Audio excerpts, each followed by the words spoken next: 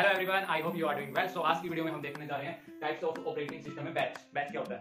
Simple सी बात है, नाम से आप रिलेट करो उसको, मतलब उसका नाम बैच क्यों रखा, तो आपको सारी अंडरस्टैंडिंग हो जाएगी। बैच मतलब अब जैसे हमारे स्कूल में जो भी बैच होते हैं तो वो सेम टाइप के बच्चों को, मतलब मान लो कि आपके स्कूल में एक बैच है तो उस बैच में सेम टाइप के सेम कोर्स के बच्चे पढ़ रहे हैं, तो वैसे ही यहाँ पे सेम टाइप की जॉब को हम देते हैं तो उसमें बैच होते हैं। जैसे उस समय हम क्या यूज करते थे, 1960s की बात हो रही है, उस समय क्या होता था 1960s में हर किसी के पास तो कंप्यूटर होते नहीं थे, नहीं होते थे ना, तो क्या होता था कि हमें कोई भी जॉब करवानी होती सेम टाइप की तो हम बैच का यूज करते थे। जैसे हमें कोई कैलकुलेशन करनी है तो हम किसका यूज करते हैं, मैग्नेटिक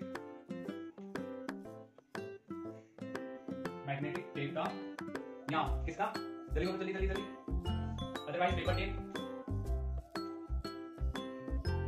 हम इनका यूज करते थे, मैग्नेटिक टेप या पेपर टेप का। उसके ऊपर हम ऑफलाइन है ना अपना जो कैलकुलेशन वाला होते थे वो दे देते थे किसको, मैग्नेटिक टेप के ऊपर देते थे, और फिर हम क्या करते थे, जो भी कंप्यूटर तो सारे के पास होते नहीं थे, जिनके पास होते थे, जिन कंपनियों के पास, वहां पे जाके हम ये दे देते थे उनको, जो भी वहां पे ऑपरेट कर रहे हैं। फिर वो क्या करते हैं, इनको बैचेस में फर्दर डिवाइड कर देते, जैसे इनको इनके ऊपर कर दिया, फिर हम वहां पे गए कंपनी में, कौन होगा ऑपरेटर होगा, वहां पे कौन होगा ऑपरेटर क्या करेगा, जो भी उनको बैचेस में डिवाइड कर देगा, जैसे x1 x2 x3 x4, ठीक है, इनको बैचेस में डिवाइड कर दिया। देन पहले बैच में 2 3 5 6, ठीक है, इनको डिवाइड कर दिया। पहले में 2 जॉब है, दूसरे में 3 जॉब, तीसरे में 5 और चौथे में 6 जॉब्स है। तो क्या करेगा, फिर वो उसको सीपीयू को दे देगा।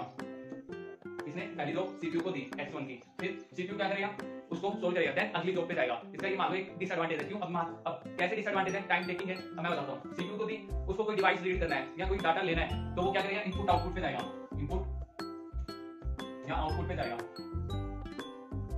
इनपुट आउटपुट पे गया सीपीयू से, इनपुट आउटपुट पे गया, एट द टाइम सीपीयू खाली है, सीपीयू कोई काम नहीं कर रहा, अगली जॉब लेके वो काम नहीं करेगा, वो खाली बैठ जाएगा। देन वो कंप्लीट हो जाएगा उसका इनपुट आउटपुट कंप्लीट होगा, फिर सीपीयू के पास आएगा, देन वो कंप्लीट हो जाएगा, फिर वो अगली जॉब लेगा। अब इसका एग्जांपल देता हूं मैं, मान लो आप फोन रिपेयर करवाने गए, जो फोन रिपेयर कर रहा है, ठीक है, उसने खोल दिया आपका फोन, उसके अंदर उसने देखा कि यार ये इसके अंदर ये चीज लगेगी और ये चीज खराब होती है, तो ये चीज लेके आनी है, तो उसने एक बंदे को बोल दिया भाई ये चीज ला।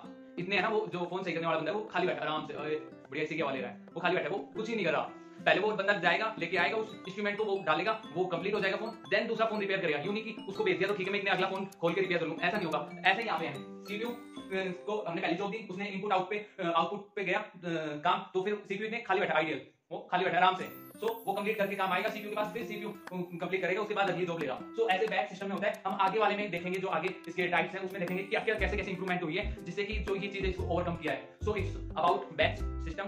सो पढ़ाई करते रहे, वेरी बेस्ट, काफी इजी है, ज्यादा वो प्रेशर वाली बात नहीं है, इजी सा सब्जेक्ट है operating system. So relax, keep smiling.